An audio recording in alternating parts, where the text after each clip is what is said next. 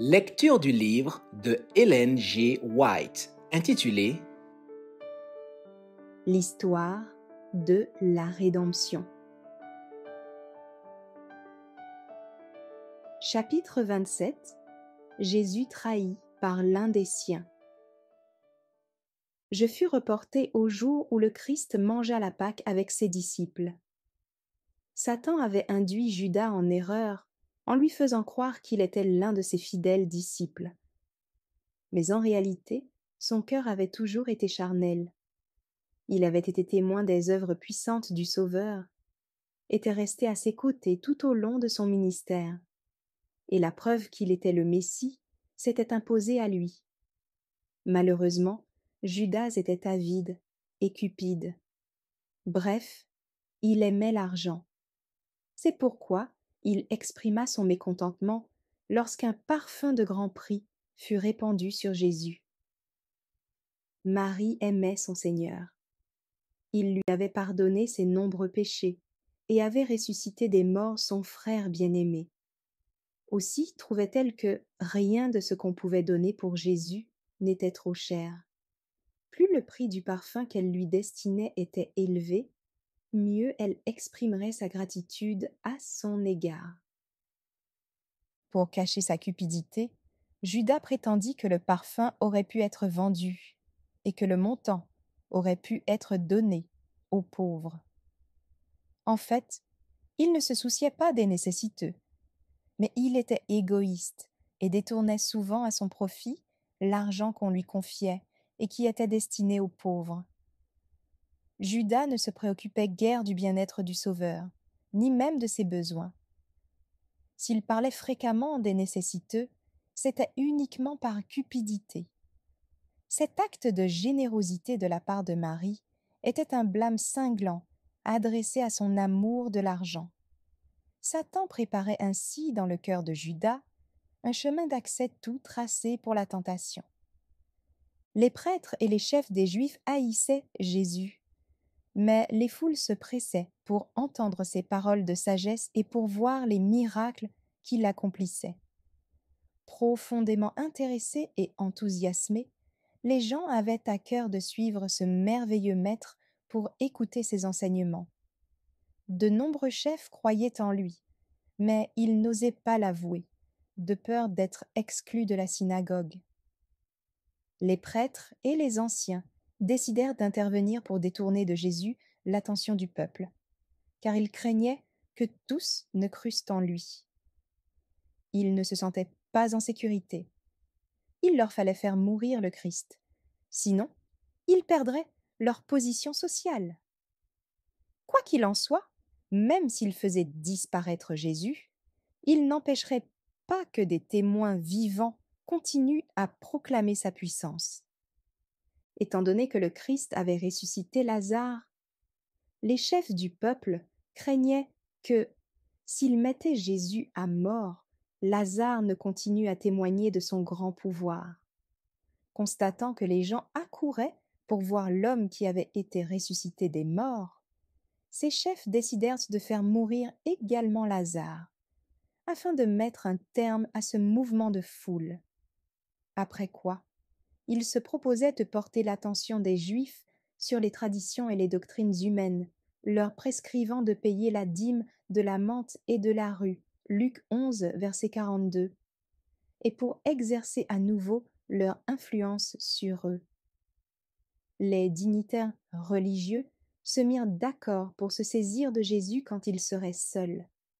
En effet, s'ils avaient tenté de s'emparer de lui au milieu de la foule, alors que ses auditeurs étaient suspendus à ses lèvres, ceux-ci les auraient lapidés. Sachant à quel point les chefs de la nation souhaitaient appréhender Jésus, Judas leur proposa de le leur livrer moyennant quelques pièces d'argent. Sa cupidité le poussa à trahir son Seigneur au bénéfice de ses pires ennemis. Satan agissait directement par l'intermédiaire de Judas. Au milieu même de la scène émouvante du dernier repas, le traître méditait des plans en vue de trahir son maître. Jésus dit avec tristesse à ses disciples qu'en cette nuit-là, il serait pour eux tous une occasion de chute. Alors Pierre déclara avec assurance que, même si tous défaillaient à cause du Christ, lui-même ne défaillirait pas. Mais le Seigneur lui dit: Simon, Simon, Satan vous a réclamé pour vous cribler comme le froment. Mais j'ai prié pour toi, afin que ta foi ne défaille point. Et toi, quand tu seras converti, affermis tes frères. Luc 21, versets 31 et 32. Dans le jardin de Gethsémané, je vis Jésus et ses disciples dans le jardin. En proie à une grande tristesse, il leur demanda de veiller et de prier, de peur qu'ils ne succombent à la tentation. Il savait que leur foi serait mise à l'épreuve, que leurs espoirs seraient déçus et qu'ils auraient besoin de toute la force qu'ils pourraient obtenir grâce à une vigilance de tous les instants et à une prière fervente. Avec de grands cris et avec larmes, le Seigneur pria ainsi: Père, si tu le veux, éloigne de moi cette coupe de douleur. Toutefois, que ce ne soit pas ma volonté qui se fasse, mais la tienne. Luc 22, verset 42. Le Fils de Dieu priait avec angoisse. De grosses gouttes de sang ruisselèrent sur son visage et tombaient sur le sol. Des anges assistaient à la scène, mais seul l'un d'entre eux fut chargé d'intervenir et de réconforter le Fils de Dieu au bord de l'agonie. La joie avait disparu du ciel. Les anges ôtèrent leurs couronnes, laissèrent leurs harpes, et sans un mot regardèrent Jésus avec une attention intense. Ils auraient aimé prêter assistance au Fils de Dieu, mais leurs chefs ne le leur permirent pas, de peur qu'il ne soit tenté de le délivrer. En effet, le plan du salut avait été décidé, et il devait se réaliser. Après avoir prié, le Christ revint auprès de ses disciples, mais ceux-ci s'étaient endormis. En cette heure redoutable, il ne bénéficia pas de la sympathie et des prières de ses propres disciples. Pierre, si dynamique peu de temps auparavant, était engourdi par le sommeil. Faisant allusion à ces déclarations affirmatives, Jésus lui dit: Ainsi vous n'avez pas pu veiller avec moi, même une heure. Matthieu 26, verset 40. À 3 reprises, le Fils de Dieu pria jusqu'à l'agonie. La trahison. Alors parut Judas, à la tête d'une bande armée. Il s'approcha de son maître comme d'habitude pour le saluer. Le groupe d'hommes encercla Jésus, mais à ce moment-là, le Seigneur manifesta son pouvoir divin en disant: Qui cherchez-vous? Ils répondirent: Jésus de Nazareth. Jésus leur répondit: C'est moi. Jean 18, versets 4 et 5. Aussitôt, ils reculèrent et tombèrent à terre. Le Christ avait posé cette question pour que ces hommes se rendent compte de sa puissance et qu'ils comprennent que, s'il l'avait voulu, il se serait échappé de leurs mains. En voyant que la bande armée d'épées et de bâtons était tombée si rapidement à terre, les disciples reprirent courage.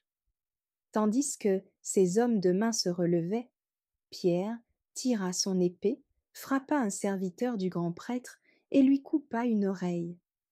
Mais Jésus ordonna à Pierre de rengainer son épée en disant: Ne sais-tu pas que je pourrais appeler mon Père à l'aide et qu'aussitôt il m'enverrait plus de 12 armées d'anges? Matthieu 26, verset 53. J'ai vu que, lorsque ces paroles furent prononcées, le visage des anges fut illuminé d'espoir, car ils auraient voulu entourer sur-le-champ leur chef suprême et disperser cette populace déchaînée. Mais à nouveau les anges furent attristés en entendant le Seigneur ajouter: Comment donc s'accompliraient les Écritures, d'après lesquelles il doit en être ainsi? Matthieu 26, verset 54. À l'ouïe de cette déclaration, le cœur des disciples fut accablé par le découragement et par une cruelle déception, puisque Jésus acceptait de se laisser emmener par ses ennemis. les disciples craignaient pour leur propre vie, au point que tous abandonnèrent leur maître et prirent la fuite. Jésus resta donc seul aux mains d'une bande de scélérats. Quelle victoire ce fut alors pour Satan! Mais quel déchirement pour les anges de Dieu! De nombreuses légions de saints anges, dont chacune avait à sa tête un chef puissant, furent envoyés pour être témoins de la scène. Ces êtres célestes avaient mission d'enregistrer toutes les insultes, toutes les souffrances imposées au Fils de Dieu, toutes les angoisses qu'il dut éprouver. Car les hommes qui furent les acteurs de ce terrible drame sont appelés à le revoir entièrement et de façon vivante. Merci d'avoir écouté cette lecture.